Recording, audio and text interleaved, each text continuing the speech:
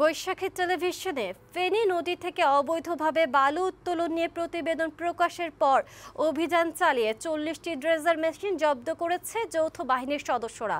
মঙ্গলবার সকাল থেকে গভীর রাত পর্যন্ত নদীর বিভিন্ন পয়েন্টে অভিযান চালিয়ে এসব মেশিন জব্দ করা হয়। ফেনী 4 বিজিবি ব্যাটালিয়নের সহকারী পরিচালক নজরুল ইসলাম অভিযানে নেতৃত্ব দেন।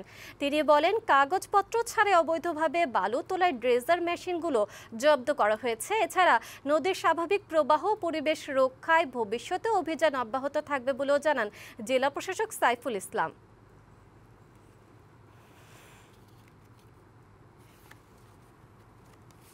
অবৈধভাবে বালু উত্তোলনের বিপক্ষে সবসময় আমাদের কঠোর অবস্থান রয়েছে।